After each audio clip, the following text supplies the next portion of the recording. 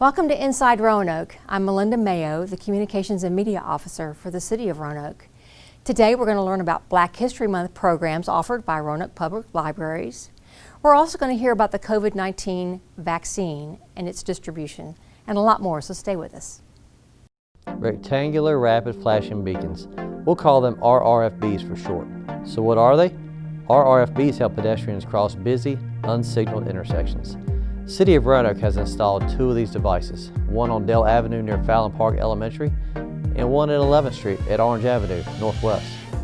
The pedestrian presses a button and the lights begin to flash, alerting motorists that a pedestrian is about to cross. The pedestrian will then ensure that the motorist comes to a complete stop, making eye contact to confirm. Once the motorist has stopped, the pedestrian may safely cross, scanning to ensure all vehicles in all lanes have stopped. City of Roanoke wants to ensure that our citizens who travel by foot are getting where they need to go safely and efficiently. Drivers, when you see the flashing lights at these intersections, please stop and allow pedestrians to cross safely. If you follow these guidelines, we can all make Roanoke a much more walkable city.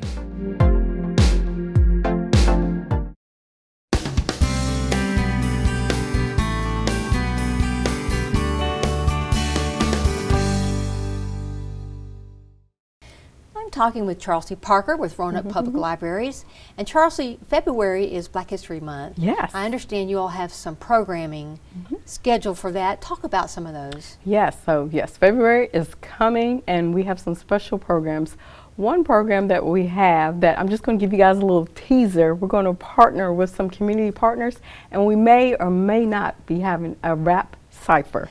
So if you're interested, stay tuned and we'll give you more details on that. So that's a special program in the works. But things that we have on our calendar that, as you know, we've been doing a lot of virtual programs. Yes. So you can catch our programs on Facebook and on our Instagram, and we also have a YouTube channel. So things that we'll be doing on there, we'll have special Black History Month story times presented by the staff, and we might have some community partners pop in and out. Good. So that'll be fun. And again, you can catch that on our YouTube. So teachers, community partners, you can show those to your classrooms and your daycares and things of that nature. So that'll be fun. We're also on our Facebook, we're going to show our Davis collection, which is a photo collection in our Virginia room from a local photographer that has pictures of everything you can imagine in the Roanoke Valley. Wow. So we're going to showcase some of his pictures of like Lucy Addison and the first African American hospital, Burrow Memorial. Good. So look out for that so you can get fun facts and get pictures of some of those works and photographs that you've probably never seen around the Roanoke Valley. So, and again, if you're interested in that, the Virginia Room is a great place to find local history and things of that nature. So we're going to showcase that. Also, as you know, in the African American communities, we love to cook. So one of our Roanoke's up-and-coming vegan chefs, her name is Queen, and she does everything vegan. So she is going to be on our YouTube channel on Facebook Live, and she's going to have some great recipes that you can do at home in the kitchen. And you can just follow her video, and if you don't see it live, we'll showcase it later, and you can practice some of those recipes and probably learn something new to add to your recipe book. So that's always fun. We also have partnered with a huge DJ that's in California. His name is DJ Omega Watts. So he's going to live stream a DJ set for us. And we've done some in the past, and those have been our biggest programs. If you're like me, I always turn music on to get things done around the house. Sometimes we drown out the kids playing. So this will be fun. You just turn on your Facebook Live and listen to the various music that he plays. And again, he's a very popular DJ in California. So he's going to stream all the way for us in the Roanoke Public Library. So that will be fun. Yes. So I'm actually excited about that program. I just love music, all kinds of music. So that will be a good one. Well, the nicest part about the programming that you're offering, as you say, you can watch it virtually, or if you miss the original, broadcast, you can come back and watch it on those platforms. But is there a list somewhere or a resource people can go to find out what day, what time things are going to happen? Again, it's going to be in our social media. We have posters for everything, and on Facebook you can have Facebook dates and things of that nature on the calendar, so you can just scroll down and you should be able to see a list. And again, we post our posters and the pictures of the people that are going to be on there. So that's the best place right now is our social media, Facebook and Instagram. that's the best place. We used to have our spot every month, Yeah. but that would be our go-to list. But Yeah. just our Facebook is the best place now. And let us know what else is going on at the library right now. Tell us about, some of the things that are happening. And of course, we are curbside now, so no, we're not open, but you can still come, place your hold. You can call your branches and get your latest hot picks, your latest books that have come out, and you can just come by to say hi to us as well. So we're open Monday through Fridays, 10 to 6, and also Monday, Wednesdays, and Fridays. One of our biggest programs from 2 to 4 is our Feed and Read program. Right. So that has been huge. So 18 and under, you can come get a meal, a hot meal, and a bag lunch to last you for 2 days until the next day. So their program has been awesome. Again, it's curbside. So just drive through, come say hi, come get your book, your movie, or if you have kids, come get your bag lunch to take home. Yeah. So yes. Well, we miss coming to the library, but how wonderful that you're able to provide programs through other platforms, social media and YouTube and things. So we still feel like we can reach out and touch. Yes. That's great. We'll be looking forward to those programs. Yes, thank you. Thank you. In Virginia, every corner is a crosswalk, whether a crosswalk is painted or not. Join us in making Roanoke a safe place for everyone. Drivers, stop at the corner. It's the law. Pedestrians cross at the corner.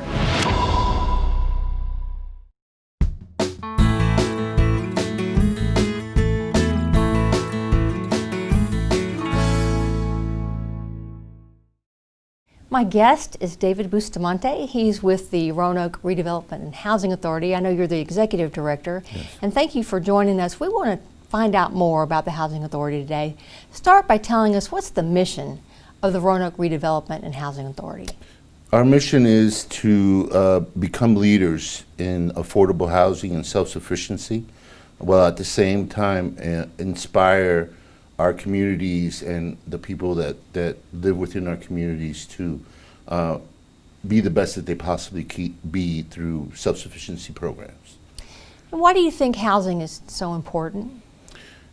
Housing is, according to Maslow, one of your basic needs. And we have so many people here in the city of Roanoke that need housing. Our wait lists are always full. We run at 100% occupancy. And now recently with the pandemic, if you do not have an ability to have a home, it's very difficult for you to isolate. It's very difficult for your children to do their schoolwork. Right. So the Housing Authority is very much aware of how important housing is, but we do a lot more than just provide keys to a unit. As I tell my staff, that our job does not end once we give the keys out. That's when our job begins. We want to be able to remove barriers. We want to be able to send people to work, educate them, and hopefully they'll be able to go out into the communities and become responsible citizens. So now how does your organization engage with the community? What ways do you do that? We do that with, we have a walk and talk that was generated or started with Villages at Lincoln, and it's taken off very well. We also do a lot, I could probably sit here and talk about all the providers that work with us probably the whole day, but Virginia Western, Carillion, Region 5, Adult Education, they're all coming in and working with our residents to try to make our residents achieve self-sufficiency. And now I understand you have a Roanoke Envision Center. Tell us about that. How does it work? Tell us about the progress of the center. The Envision Center is supposed to be a centralized hub that provides the people everything that they need in order to become self-sufficient. So there is a educational component, there's a workforce component, there's a mentoring component, and a health component. Okay. We've moved the Envision Center back and forth because we acquired recently the library across the street, and we're refurbishing the library for that to become our Envision Center. We're currently here at Lansdowne. So what we have, all of these providers that are hopefully at one point or another going to be in the library providing all of these services to sort of bring everything that's needed into one location. Good. So they don't have to go to 5 or 6 locations. And we're very excited about it. It's taken off. We have a lot of participation and a lot of, as I said, providers that are willing to come down and spend some time with our participants and get them educated and get them to work. Mm-hmm. And how do you see the future of the Roanoke Redevelopment and Housing Authority? What's your perspective on that? We'll continue to try to build as much affordable housing as we possibly can. As I said before, the need for affordable housing in this community is overwhelming. We opened up our housing choice voucher wait list, and we had over 3,500 applicants apply. And as I said before, our wait lists are always full to the max. So we're going to try our best to continue to build affordable housing, but at the same time, we want to make sure that those that are in our programs are able to go out and maybe leave public housing, maybe leave the Section 8 program. Yes. And the only way to be able to do that is if you are able to provide them with the needed education and the ability to find and retain employment. Anything you'd like to add that we didn't cover today? I would say that if anybody has any questions about what we do, they could visit our website, www.rkhousing.org, or our Facebook page. And if they need any further information or questions, they could always call our front desk, which is 983-9281. Well, this is such a valuable organization. Y'all are doing so much, and thank you for sharing it with us. Thank you very much for having me. Okay.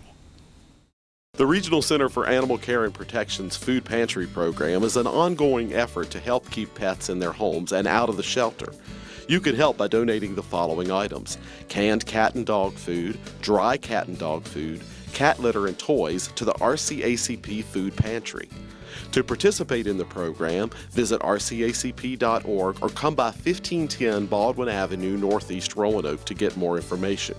Your donation can help a dog or cat stay in their home.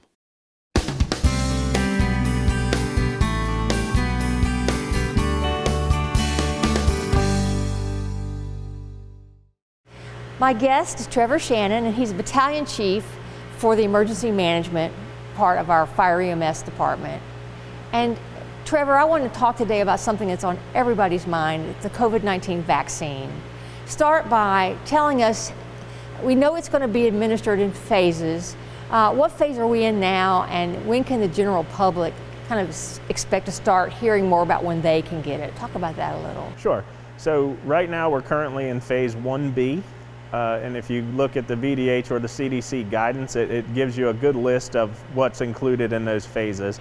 So printed off just a real quick reference. So frontline essential workers, people age 65 and up, which that has just changed. So, you know, a lot of people may have heard that it was 75 and up in phase 1B.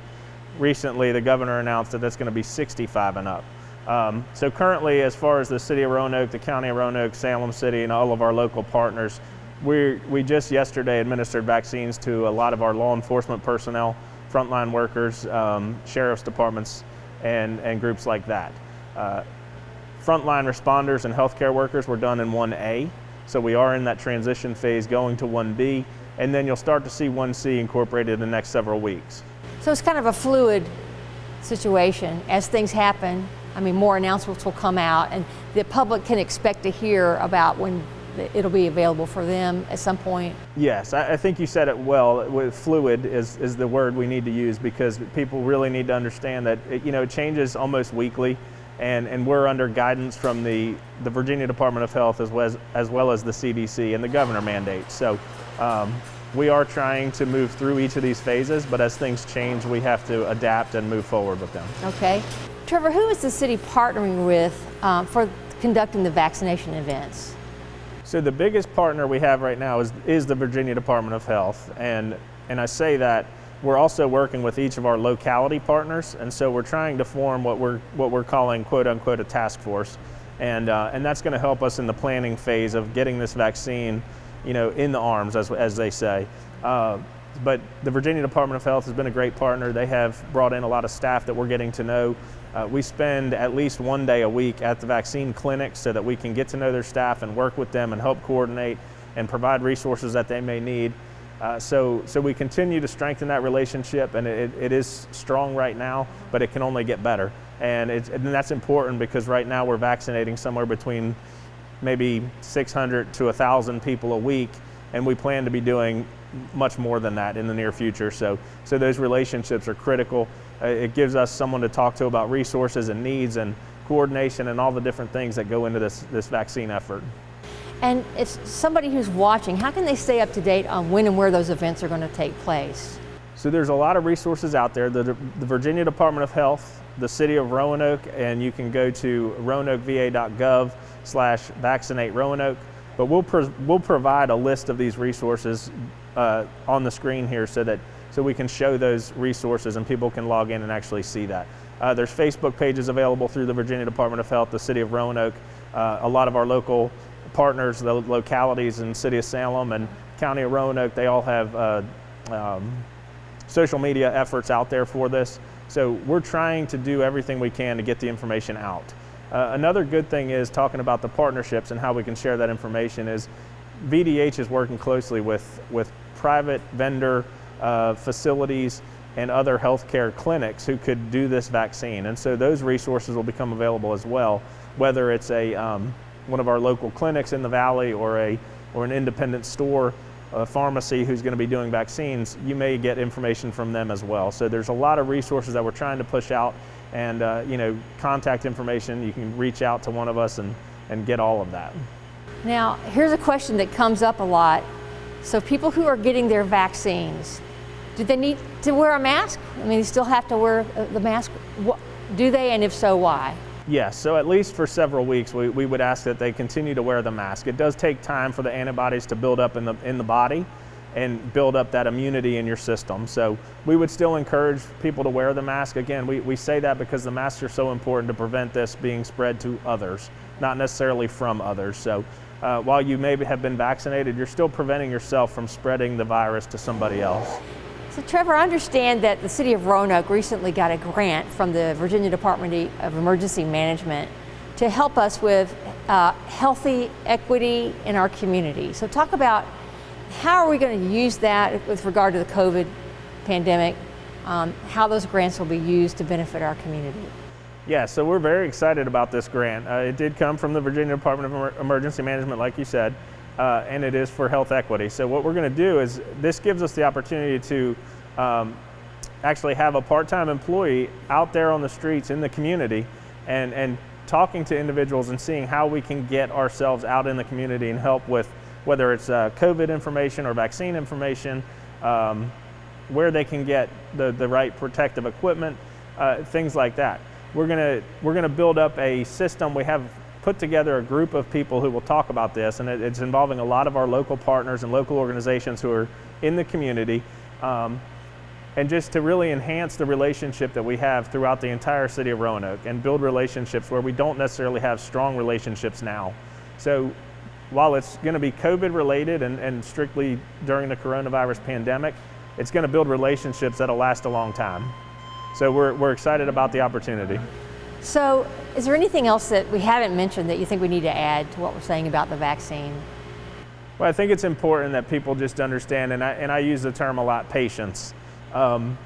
This is a new process, a new system for everybody, for myself included, for the Virginia Department of Health and the CDC and all of our partners and organizations that are involved in this. And while we know everybody wants the vaccine and we know there's people out there just waiting to get this vaccine in their arm, we also just need patience so that we can work through the process and really make it effective and an efficient system. Because if it's not efficient, we're going to have just as much frustration at the vaccine clinics as we do right now without getting the vaccine. So I would strongly encourage you to look at the resources that we provide, whether that's on the links below or shared however that is, or reach out to one of the contacts in one of your localities.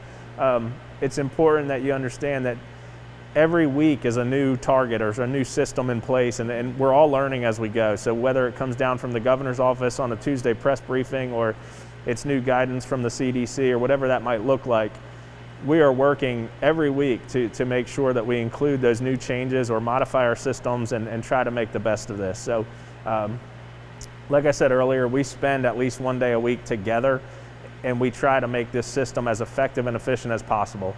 But the more patience we have, the better off we are, and we will try to get this thing out there as quick as possible. We understand everybody wants it. We want to get back to some normalcy, we really want to see people back out and having fun with their families and being able to do things without being scared for this virus. So, and I know that the resource links that we have on the screen also provide information about if you have questions about the vaccine itself. It explains how it works and any risks or that kind of thing. So hopefully people will check those out too.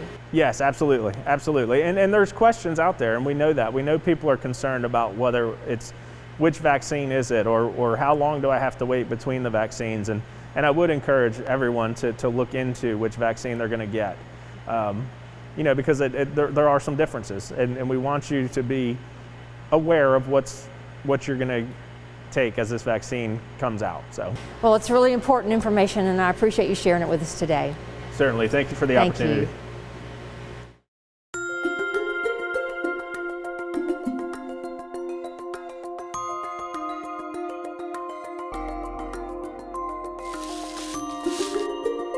Stormwater is the water that runs off the land after precipitation, either rain or snowmelt.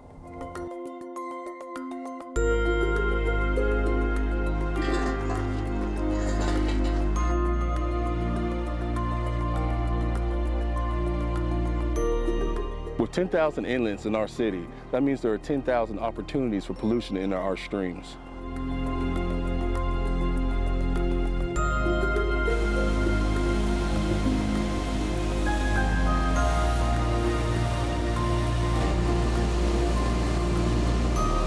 Everything in our streets, sidewalks, and lawns, including oils, sediments, grass clippings, plastic trash, and much, much more, can be carried to stormwater drains by stormwater runoff. So remember, if it's in our streets, it's in our streams.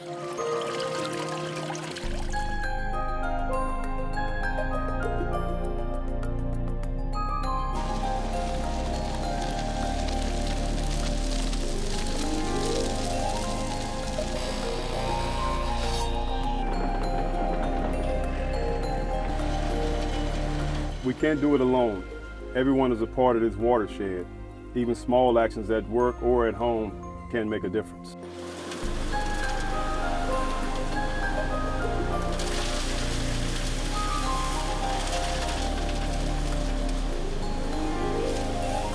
In the city of Roanoke, storm drains lead directly to local streams and the water is not treated. Only rain should go down the drain.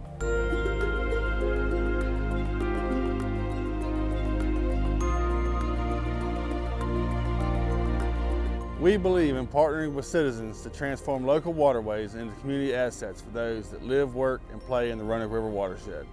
Help us be part of the solution, not the pollution.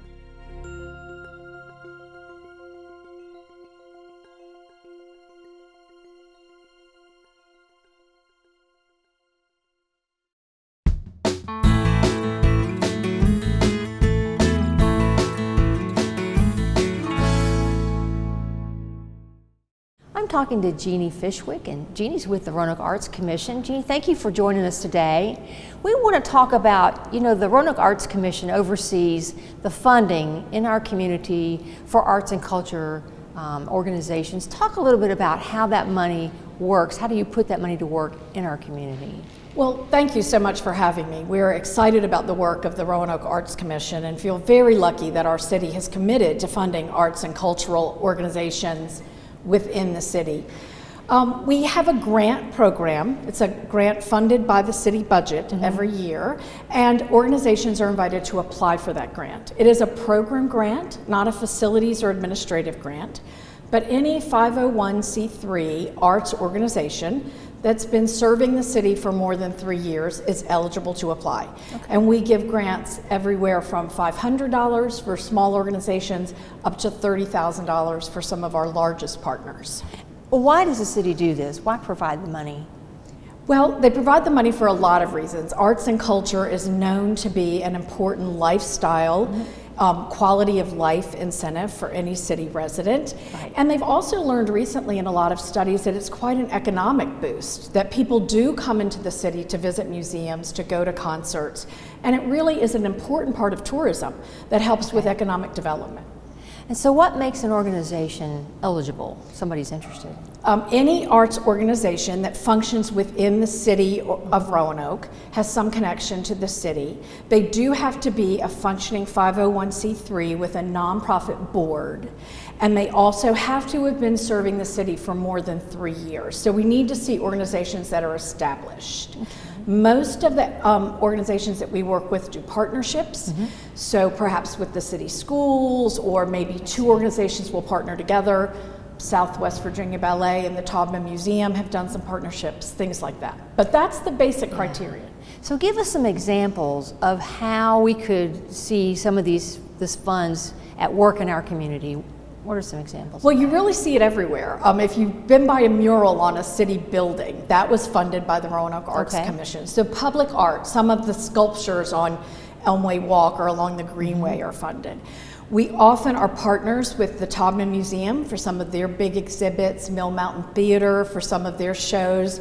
The Virginia Children's Theater goes into every classroom, every second grade classroom in the city, and we work with them on their project on learning and theater. So you really see us everywhere. We're probably more visible in the city than you think about it. If you stop and look for our logo where you go, you'll see us often. So one thing that's happened this year is COVID-19. Talk about how the pandemic has impacted the arts and our partners for arts types initiatives. Well, as you can imagine, it's been a really tough time for the arts community. I will say I'm overwhelmed by how creative they've been in continuing to serve art and creative interest in spite of the pandemic.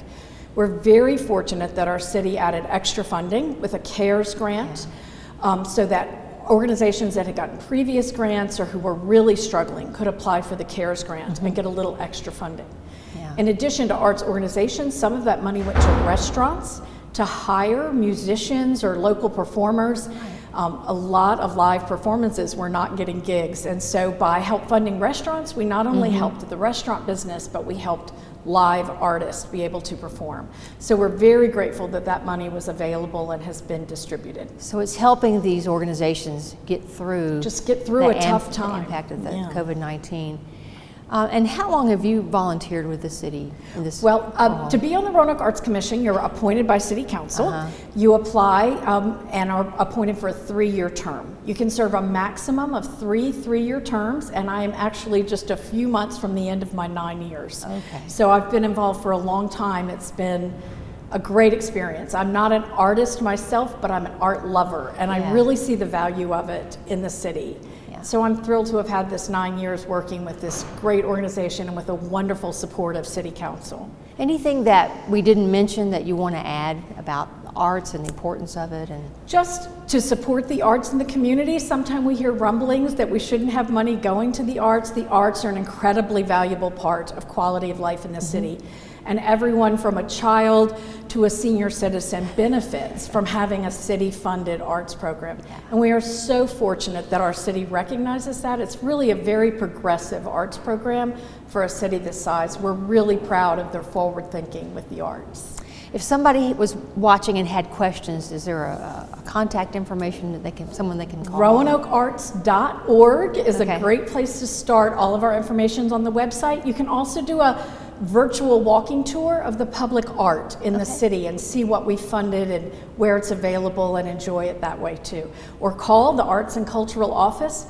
Doug Jackson is our director, and he loves to talk to the citizens of Roanoke about art. So pick up the phone and call, or check us out on the website. Okay, well, Jeannie, thank you for sharing all that with us. Great, thank you for having us. Sure. In Roanoke, too many pedestrians are involved in crashes and close calls with cars. The City of Roanoke wants to remind you that by following Virginia laws, you can do your part to prevent injuries. Drivers, stop at the corner. It's the law. Pedestrians cross at the corner. We hope you've enjoyed this month's show, and we'll see you next time on Inside Roanoke.